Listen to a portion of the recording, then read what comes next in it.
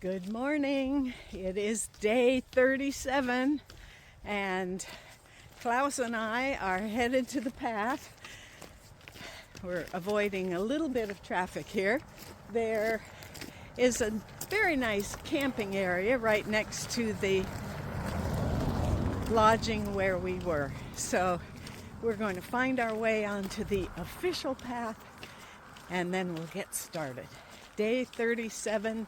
I have about 10 miles to go, and Klaus has how many?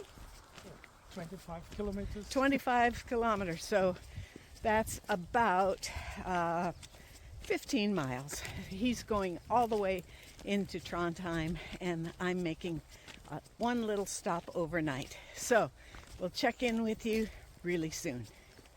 Well, I've just said goodbye to Klaus. We just walked 2.5 or 3 miles together. It was all very flat and on a path along the highway and then through some fields as well. There's a bit of a climb coming up, so he's moved on ahead, and as I think about it, I can't really think of showing you anything that you haven't already seen or telling you anything that you haven't already heard.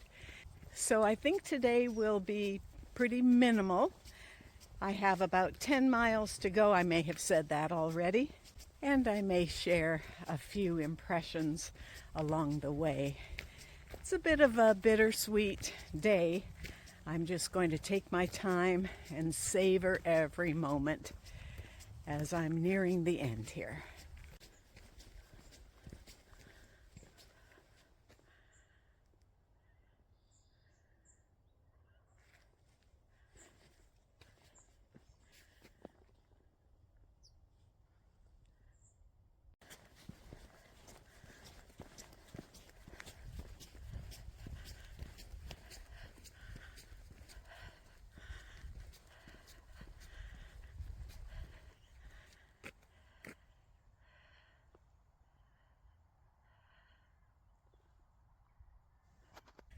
Well, I can say that one of the things I've really liked is all the sunlight. I don't even mind in the morning when it's 4 o'clock and it's bright sunlight out.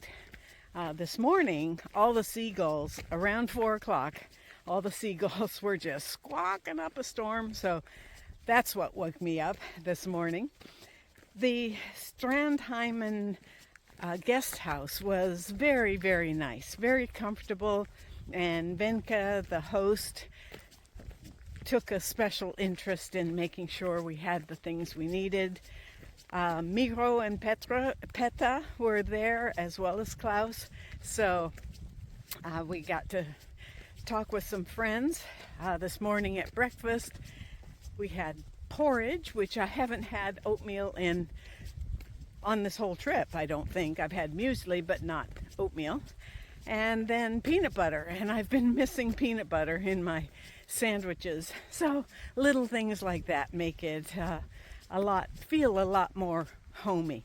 I asked her when they're very full how many people she could accommodate, and she said 14. So she said they had a couple of religious groups lately who actually did a mass down by the water, and she said that was quite interesting to see. But all in all, that was a great choice for a stay. Well, the first 4 miles has been relatively flat, and before the climb starts, I want to make sure I've thanked everyone who has sent me meditations. I know I've fallen behind on some days, but let me just mention them here. Anne, and then my grandson Otto, and his meditation was keep going. So that's fun. He's a recent high school grad. And then my son, my youngest son, sent a quote. I urge you to please notice when you're happy and exclaim or murmur or think at some point, if this isn't nice, I don't know what is. That's a quote by Kurt Vonnegut. And boy, I have said that way more than once. If this isn't nice, I don't know what is. And then Andrea R. has sent something. My cousin Lori has sent a beautiful sentiment. Patty from the leadership group. And let's see. And I think that's it. I think I've remembered everyone. So you don't have any idea how much those mean to me, to be able to know that people back home are thinking about you and cheering you on, even especially in the difficult days. And I want to thank you all again for sending those quotes and verses and thoughts from your heart. All right, here comes the climb. Well, it's been mostly asphalt. I've gone about 6 miles, and it's now into the woods here. There hasn't been a single picnic table or bench, and I'm ready for one of my buns. I'm ready for a snack. You notice how many times I use the word snack in a video? Well, it's very, this is a very food-oriented trail. So I'm hoping that there will be at least a smooth rock that I can sit down on. It's very nice and cool here, and that's a good thing. Here's one, too low. I'd never be able to get up from it. But look what's right beside it. A bench. Yay! The bun, a tangerine, and water. There's my healthy snack. First bench I've seen this whole morning. So I've got about 4 miles left, and I think most of the climb, there's a little bit more climb, but most of it is up and down on this higher level. And then down a little bit to my lodging. Okay, a couple of other things that I thought of last night, things I wish I had or things I haven't needed. One thing I haven't needed is my little mini rechargeable LED flashlight because it's so light. Even in the room at night, I haven't needed it at all. It's good to have. I'm glad I have it, but I haven't needed it. Something I wish I had is another one of my long sleeve tops. I have 2, and I opted just to bring one. So every day you're seeing this gray top because I like to kind of keep my, in the morning it's cool enough, and I like to keep my arms covered without wearing a whole jacket on top of it. So it would have been nice to have a second one of those. Something I'm glad of that I really wasn't expecting to be so grateful for, and that is the transition that companies are making to USB-C. It makes it so much easier not to have to bring multiple cords. Everything except for my watch recharges with USB-C, and so I have one long cord, and it's been working well. Another surprise is that everywhere it says that Norway is pretty much a cashless country, which is true for the most part, but I have not had enough cash, and I've been surprised that more people have asked for cash. Never in the stores or public places, but at the accommodations and that sort of thing. So I would plan on more cash rather than less cash because the ATMs or the mini banks are few and far between, except in the bigger towns.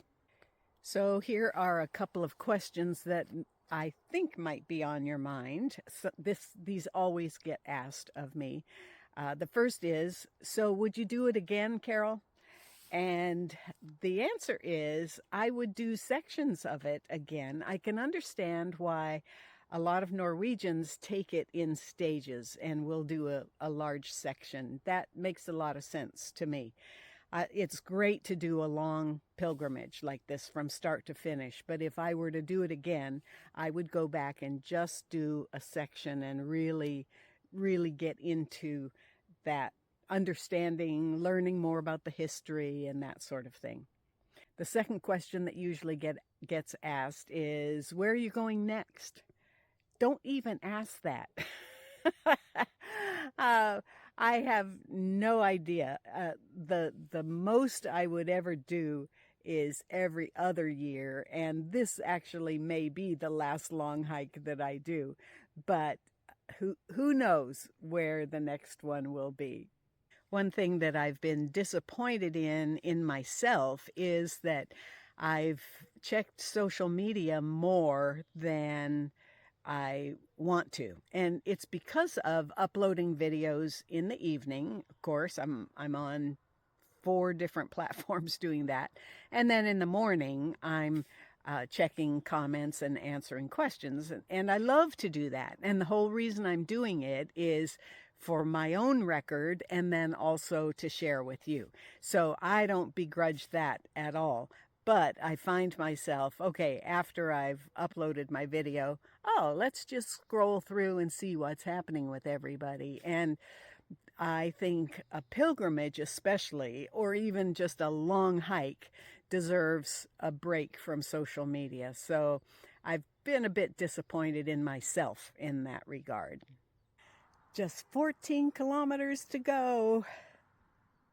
It's one of those gnarly downhills, and fling myself over the log.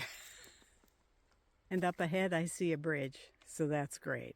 And I hear campers along the water. Nice wide path to take me the last mile or so.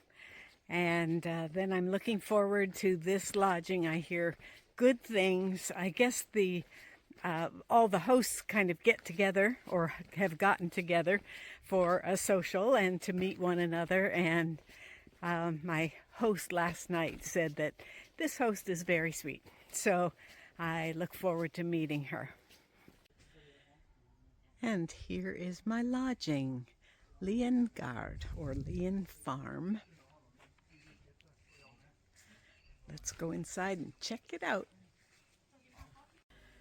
Well, I've made it to my lodging, and right away we've got a spiral, tiny staircase. But we have bathroom upstairs with a nice shower, and then very nice bedroom. I am bed number 6. I don't know if anybody else is here tonight.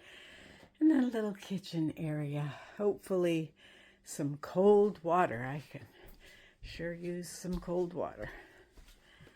Oh, and then another room. So they are very well stocked, but it's a sweet location. Well, I've been upgraded. I am the only pilgrim here, and so I've got the run of the house.